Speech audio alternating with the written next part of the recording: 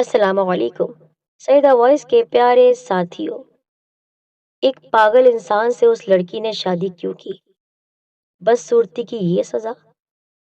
ایک اور سچی کہانی کے ساتھ آپ کے سامنے موجود ہے، لیکن یہ کہانی بہت انوکھی ہے، اس لیے مس مت کیجیے گا۔ شیئر کرتے ہی سبسکرائب کریں ہمارے چینل سیدہ وائس کو، اس کے ساتھ ہی بیل آئیکن کو دبانا ہرگز نہ بھولیں۔ وہ بہت عجیب آدمی تھا۔ عجیب تو میں کہہ رہا ہوں، لیکن وہ کچھ مختلف ضرور تھا۔ میں ایک لڑکی کو دیکھنے میں گم تھا کہ کسی نے میرے کندھے پر ہاتھ رکھ کر مجھے چونکا دیا۔ میں نے مڑ کر دیکھا، وہ ایک مہذب پڑھا لکھا نوجوان تھا۔ میرے اندازے کے مطابق اس کی عمر 30-32 سے زیادہ نہیں تھی۔ بہت سلیقے کا لباس اور ہونٹوں پر ایک دوستانہ سی مسکراہٹ۔ اس کے انداز سے مجھے بہت غصہ آیا، کیونکہ میں جس لڑکی کو دیکھ رہا تھا وہ بہت اچھی لڑکی تھی۔ میں اس کو دیکھنے میں اتنا گم تھا کہ آس پاس کی خبر ہی نہیں رہی تھی۔ صرف میں ہی نہیں، بلکہ اسٹاپ پر کھڑے دوسرے بھی اس کی طرف اسی طرح دیکھ رہے تھے، اور وہ سب سے بے خبر اپنی بس کے انتظار میں کھڑی تھی۔ جی فرمائیں، میں نے جھلا کر پوچھا۔ مجھے وہ اجنبی کبھی نہیں اچھے لگتے جو خوامخواہ بے تکلف ہونے کی کوشش کرتے ہیں، اور وہ بھی کندھے پر ہاتھ رکھ کر۔ مجھے آپ سے کچھ کہنا ہے، اس نے کہا۔ معاف کیجیے گا، یہ ہے تو غیر مہذب سی بات، لیکن اس وقت یہ بات بہت مناسب ہے۔ بھائی، اگر آپ کسی چندے وغیرہ کے چکر میں ہیں تو وہ میں نہیں دے سکوں گا۔ میں آپ سے کچھ لینے نہیں بلکہ کچھ دینے آیا ہوں۔ آپ مجھے بس 2 منٹ دیں۔ وہ سامنے والی بینچ پر بیٹھ جاتے ہیں، آپ کی بس آئے تو چلے جائیے گا۔ اتنی دیر میں اس لڑکی کی بس آ گئی اور وہ اس میں بیٹھ کر روانہ ہو گئی۔ بہت کوفت اور الجھن ہو رہی تھی مجھے۔ اس بیوقوف آدمی نے میرا سارا وقت برباد کر دیا تھا۔ اب یہی ہو سکتا تھا کہ میں اس کی باتیں سن لوں۔ میں اس کے ساتھ بینچ تک آ گیا۔ جی فرمائیں، میں نے بیزاری سے کہا۔ کیا وہ لڑکی آپ کو اتنی ہی پسند آئی تھی کہ اس میں کھو کر رہ گئے؟ میں ہتے سے اکھڑ گیا۔ مسٹر، آپ اپنے کام سے کام رکھیں۔ کسی کے معاملات میں دخل دینے کا آپ کو کوئی حق نہیں ہے۔ او ہو، ناراض ہو گئے؟ وہ مسکرا دیا۔ ایک بات بتا دوں، جو معاملہ اس قسم کا ہوتا ہے وہ انفرادی نہیں اجتماعی ہوتا ہے، یعنی ایک انسان کا نہیں بلکہ سب اس میں شامل ہوتے ہیں۔ آپ اس لڑکی کو دیکھ رہے تھے، اور اس وقت ہماری پوری تہذیب کی بنیادیں لرز رہی تھی۔ اب میں نے غور سے اس کی طرف دیکھا۔ اس کی بات سن کر احساس ہوا کہ وہ کوئی عام آدمی نہیں ہے۔ اس کی بات میں گہرائی تھی۔ جناب، میں اس قسم کے جذباتی حادثے سے گزر چکا ہوں، اس نے کہا۔ اس لیے بقول شاعر، جب پیار میں 2 دل ملتے ہیں تو میں سوچتا ہوں کہ ان کا بھی یہی انجام نہ ہو، ان کا بھی جنون، ان کا بھی پیار ناکام نہ ہو۔ یہ بھی اندازہ ہو گیا کہ وہ شعری ذوق بھی رکھتا ہے، اس لیے اس نے شعر کا حوالہ دیا۔ وہ اپنی دھن میں بولے جا رہا تھا۔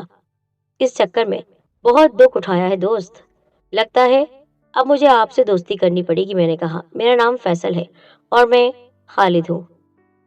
ہم نے مصافحہ کیا، پھر ہم ایک ہوٹل میں آ کر بیٹھ گئے۔ پہلی ملاقات میں ہی ہم نے ایک دوسرے کے بارے میں بہت کچھ جان لیا۔ وہ ایک مقامی فرم میں کام کرتا تھا، اس نے لٹریچر میں ماسٹر کر رکھا تھا۔ بہت دنوں تک لیکچررشپ کی کوشش کرتا رہا، جب نہیں ملی تو فرم میں جاب کر لی۔ وہ ایک مصور بھی تھا، اسکیچز بناتا تھا۔ اس کی پوری کہانی بعد میں پتہ چلی تھی۔ آہستہ آہستہ جب میرا اس سے اچھا خاصا دوستانہ ہو گیا تو اس نے بتایا میں اس کی کہانی اسی کی زبانی سنا رہا ہوں۔ میں اپنی آنکھوں میں خواب لے کر اس شہر آیا۔ میں نے پنجاب یونیورسٹی سے ماسٹر کیا ہے۔ شاعری اور لٹریچر وغیرہ سے ہمیشہ سے دلچسپی رہی ہے۔ گھر والوں کا کہنا تھا کہ میں پنجاب ہی میں کوشش کروں، لیکن مجھے اس شہر آنا تھا۔ یہاں کچھ رشتہ دار بھی تھے۔ کچھ دنوں تک انہی کے یہاں رہا، پھر جب جاب مل گئی تو میں نے اپنا کرائے کا فلیٹ لے لیا اور ان کا شکریہ ادا کر کے الگ ہو گیا۔ وہ اس طرح سوچنے لگا جیسے گزرے ہوئے واقعات کو ایک جگہ کرنے کی کوشش کر رہا ہو۔ پھر اس نے کہا، میں بس ہی میں سفر کرتا تھا، ایک دن بس اسٹاپ پر ایک لڑکی دکھائی دے گئی۔ اس کو دیکھ کر میرے اندر کا شاعر اور ادیب یعنی رائٹر جاگ اٹھا، ورنہ اب تک کی پوری زندگی میں ایسا کبھی نہیں ہوا تھا کہ میں کسی کو اپنے خوابوں اور خیالوں میں بسا لوں۔ اس لڑکی نے اندر تک مجھے جھنجھوڑ کر رکھ دیا۔ وہ یقیناً خوبصورت ہی ہوگی۔ نہیں، وہ خوبصورت نہیں تھی بلکہ الٹ تھی۔ وہ ایک بدصورت لڑکی تھی۔ کیا؟ ہاں، ہے نا ایک عجیب سی بات؟ بدصورت سے مراد یہ ہے کہ وہ ہرگز ایسی نہیں تھی کہ کوئی اس کی طرف توجہ دیتا۔ بس اسٹاپ پر اور لوگ بھی کھڑے تھے، لیکن سب کی نگاہیں ایک اور لڑکی کی طرف تھی جو بہت خوبصورت تھی، بہت ہی زیادہ اسٹائلش۔ سب اس کو دیکھ رہے تھے، اس کے ارد گرد اس طرح چکر لگا رہے تھے جیسے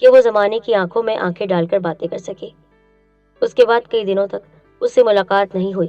اتنا ضرور ہوا کہ فون پر اس سے بات ہوتی رہتی تھی۔ ایک شام وہ مجھے ایک مارکیٹ میں لے گیا۔ وہ اکیلا نہیں تھا، اس کے ساتھ ایک لڑکی بھی تھی، اور یہ وہی لڑکی تھی، انتہائی کم صورت، جبکہ وہ خود بہت ہینڈسم نوجوان تھا۔ وہ اس کے ساتھ ساتھ چل رہا تھا، اور ان دونوں کو دیکھ کر ایسا لگ رہا تھا جیسے دونوں شاید ایک دوسرے کے لیے ہی بنے ہوں۔ بے ساختہ میرے دل سے خالد کے لیے دعا نکلی تھی۔ میں ان دونوں کے سامنے نہیں آنا چاہتا تھا، لیکن اس نے مجھے دیکھ لیا۔ اس نے مجھے آواز دی، ارے فیصل بھائی! میں رک گیا۔ وہ اس لڑکی کو لے کر میرے پاس آ گیا۔ فیصل بھائی، یہ روزینہ ہے، میں نے انہی کا ذکر کیا تھا۔ خوشی ہوئی آپ سے مل کر، میں نے رسمی سے جملہ کہا۔ چلو یار، کہیں چل کر بیٹھتے ہیں۔ اچھا ہوا تم مل گئے، اتفاق سے آج روزینہ کی برتھ ڈے ہے، میں ان کو ٹریٹ دینے جا رہا تھا، اب تم مل گئے ہو تو اور بھی اچھا رہے گا۔ میں نے اس لڑکی کو مبارکباد دی۔ وہ بیچاری واقعی کمپلیکس کا شکار تھی۔ خالد اس کے ساتھ بہت اچھا کر رہا تھا۔ ایسی قربانی ہر ایک کے بس کا روک نہیں ہوتی۔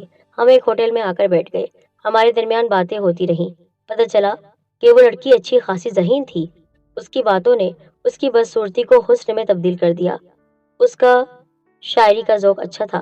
اس کی باتوں میں مزاح کی بھی چاشنی تھی، یعنی مذاق کرتی تھی، یعنی وہ ہر لحاظ سے ایک اچھی لڑکی تھی۔ خالد کا فیصلہ اس کے بارے میں بہت صحیح تھا۔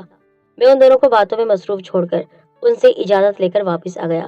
ایک اطمینان ہوا تھا کہ اس لڑکی کو خالد جیسا درد مند دل رکھنے والا ساتھی ملنے والا تھا۔ پھر یہ ہوا کہ بہت دنوں تک خالد سے ملاقات نہیں ہوئی۔ میں خود کچھ مصروف رہا تھا، خالد کا فون بھی نہیں آیا تھا۔ بہت دنوں کے بعد خالد کا فون آیا۔ اس نے مجھے ایک عجیب اطلاع دی۔ فیصل، آج شام کو آرٹس کونسل میں آ سکتے ہو؟ خیریت؟ وہاں کیوں بلا رہے ہو؟ وہ ہنس پڑا۔ یار، میری بنائی ہوئی تصویروں کی نمائش ہو رہی ہے۔ تمہاری بنائی ہوئی تصویریں؟ ہاں یار، میں نے تمہیں بتایا نا کہ میں آرٹسٹ بھی ہوں، میں پینٹنگ کرتا ہوں۔ لیکن پچھلے دنوں بہت عرصے کے بعد میں نے پینٹنگ کی تھی۔ تم نے مجھے واقعی حیران کر دیا۔ بتایا تو تھا، لیکن یہ معلوم نہیں تھا کہ تمہاری تصویروں کی نمائش بھی ہو رہی ہے۔ تم آ تو جانا، پھر تم کو سب بتاؤں گا۔ ضرور آؤں گا۔ میں شام کو آرٹس کونسل پہنچ گیا، لیکن اندر جانے سے پہلے ہی گیٹ پر روزینہ سے ملاقات ہو گئی۔ وہ گیٹ پر کھڑی تھی، مجھے دیکھ کر میرے پاس آ گئی۔ میں بھی سوچ رہی تھی کہ اس ایگزیبیشن میں آپ کو تو ضرور آنا چاہیے۔ ظاہر ہے میرے دوست نے تصویریں بنائی ہیں، ان کو دیکھنا بہت ضروری تھا۔ ہاں ضرور جائیں، میرا تماشا دیکھنے کے لیے، اس نے ایک عجیب سے انداز میں کہا۔ میں نہیں سمجھا آپ کیا کہہ رہی ہیں؟ آپ پہلے جا کر دیکھیں تو صحیح۔ اور آپ؟ میں یہیں کھڑی ہوں۔ میں اس کو وہیں چھوڑ کر اندر آ گیا۔ ایگزیبیشن کا اہتمام لان میں کیا گیا تھا۔ بڑے سلیقے سے تصویریں ڈسپلے کی گئی تھی۔ اس دن اندازہ ہوا کہ خالد بہت اچھا آرٹسٹ ہے۔ اس نے ایک ہی چہرے کو پینٹ کیا تھا، کئی روپ میں، اور وہ چہرہ روزینہ کا تھا۔ اس نے روزینہ کی بدصورتی کو نشانہ بنایا تھا۔ اف میرے خدا، یہ کتنی بے رحم مصوری تھی۔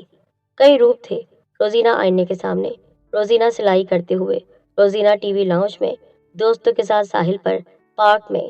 اس نے کمال کر دیا تھا، لیکن یہ کیسا کمال تھا؟ اس نے ایک لڑکی کی شکل و صورت کا مذاق اڑایا تھا۔ وہ بیچاری اسی لیے کہہ رہی تھی کہ جائیں، میرا تماشا دیکھ کر آئیں۔ خالد نے اسے تماشا ہی بنا دیا تھا۔ اگر یہ مذاق تھا تو کتنا بھیانک مذاق تھا۔ کسی لڑکی کے ساتھ ایسا بھیانک مذاق شاید ہی کسی نے کیا ہو۔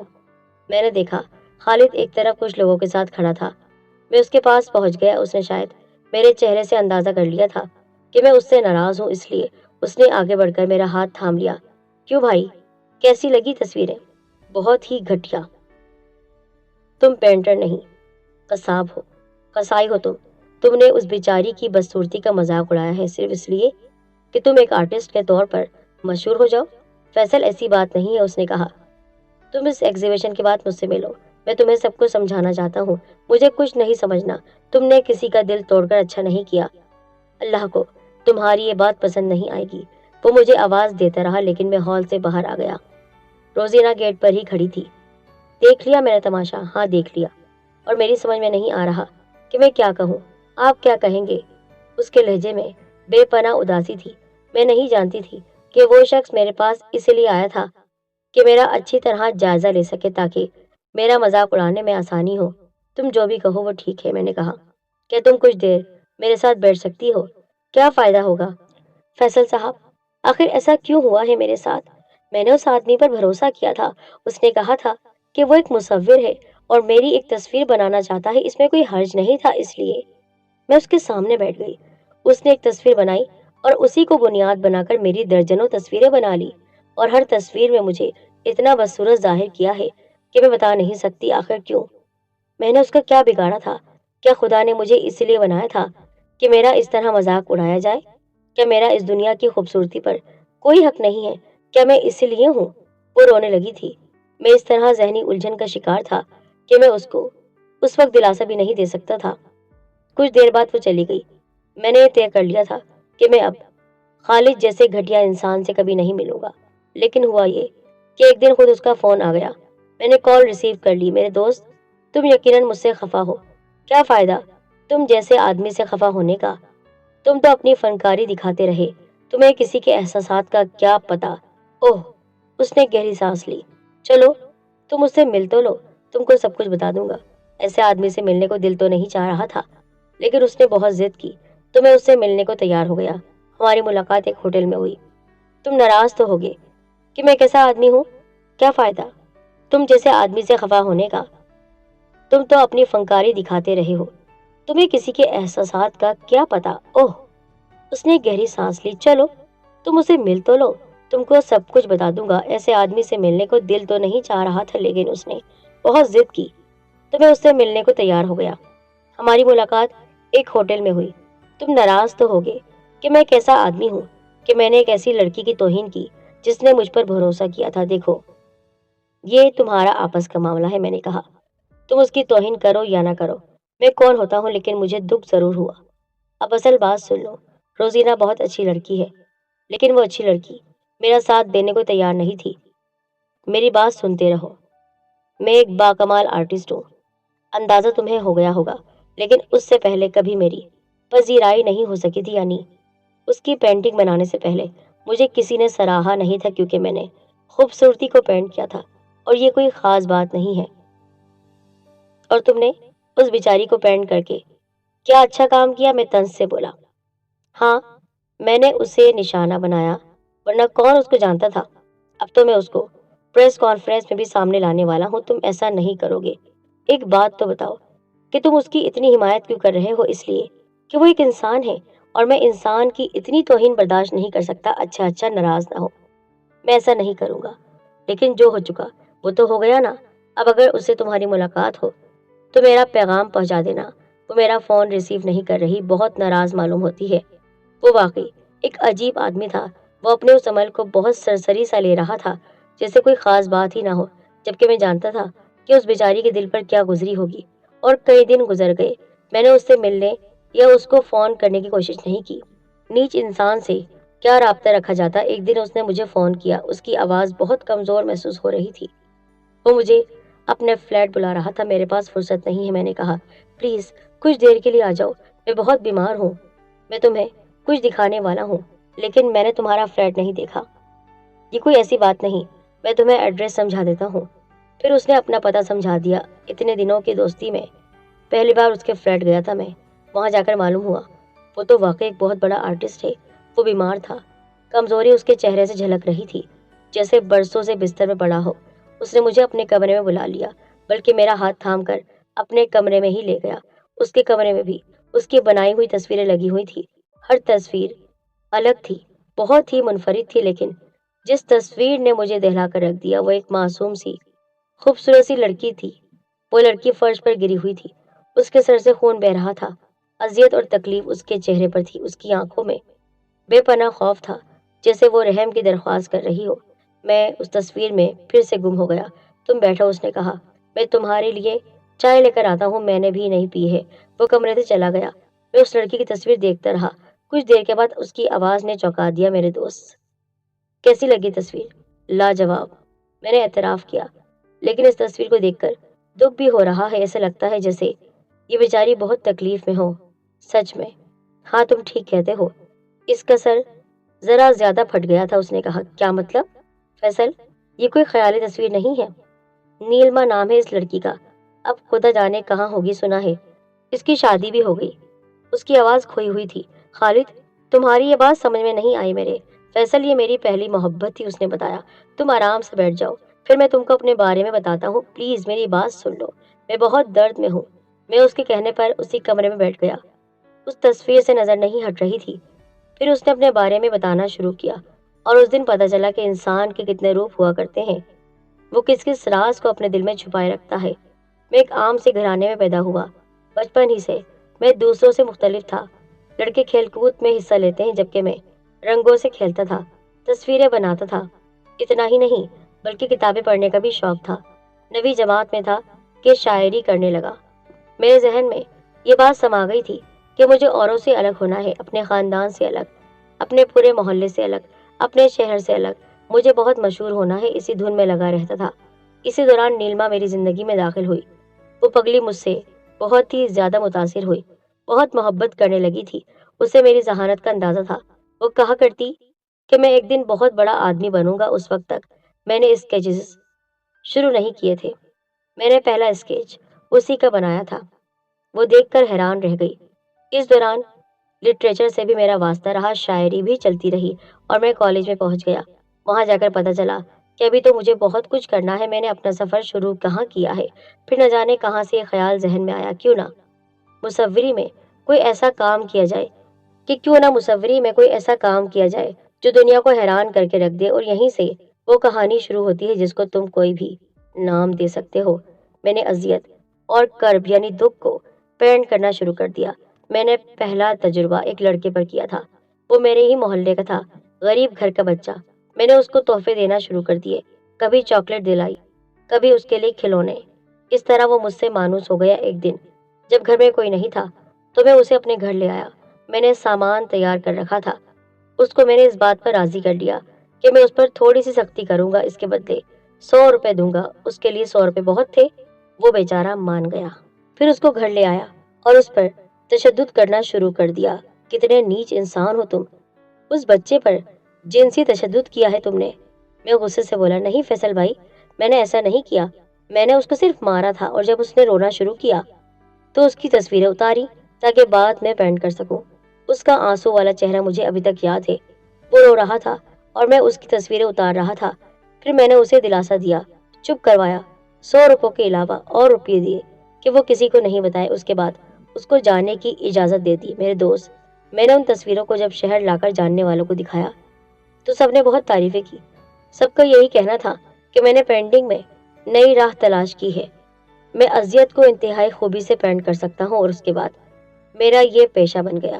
اور تم نے پھر اس لڑکی نیلما کے ساتھ بھی یہی کیا؟ ہاں۔ وہ جیسے کچھ کھو سا گیا۔ اس کی آواز میں لذت کی کیفیت تھی جسے ابھی تک یہ سوچ کر مزے لے رہا ہو۔ ہاں، میں نے اسے بلا کر اس کا سر پھاڑ دیا، اور جب وہ بے ہوش ہو کر گر پڑی تو پہلے اس کی عزت لوٹی اور پھر اس کی تصویریں اتاری، بعد میں ان کو پینٹ کر لیا۔ پھر یہ ہوا کہ وہ لڑکی مجھ سے ہمیشہ ہمیشہ کے لیے ناراض ہو گئی۔ میرا خیال تھا کہ وہ کسی کو بتا دے گی، کم از کم گھر والوں کو، پھر وہ مجھے پولیس کے حوالے کر دیں گے، لیکن اس نے ایسا نہیں کیا۔ اس نے خاموشی اختیار کر لی۔ اب خدا جانے کہاں ہے وہ۔ تم اتنے گرے ہوئے انسان ثابت ہوئے ہو۔ لیکن وہ تو جیسے ایک سرشاری کی کیفیت میں تھا۔ وہ بولے جا رہا تھا، تم دیکھ لینا، ایک دن میں دنیا کا سب سے انوکھا آرٹسٹ کہلاؤں گا، سب سے انوکھا۔ لعنت تم پر۔ میں نے کہا، میں جا رہا ہوں۔ کہاں جا رہے ہو فیصل بھائی؟ وہ عجیب سے لہجے میں بولا، ابھی تو میں نے پوری کہانی نہیں سنائی، اب سننے کو کیا رہ گیا ہے؟ فیصل بھائی، تم اس بات پر حیران ہوگے کہ میں نے روزینہ پر تشدد کیوں نہیں کیا، اس کا دکھ پینٹ کیوں نہیں کیا، اس کو اذیت کیوں نہیں دی؟ تو ایسا نہیں ہے، میں نے اس کی بدصورتی کو پینٹ کر کے اس کو اذیت دے دی ہے۔ اگر تمہاری اس سے ملاقات ہو تو اس کے چہرے کو دیکھنا، کتنا درد ہوگا اس کے چہرے پر۔ لعنت ہو تم پر، تم انسان نہیں، درندے ہو۔ مجھے اس وقت روزینہ کا درد اور دکھ میں ڈوبا ہوا چہرہ یاد آیا۔ کچھ اور سن لو، اس نے کہا، دیکھو، میں انسانی چہرے کی اذیت اور کرب کا مصور ہوں۔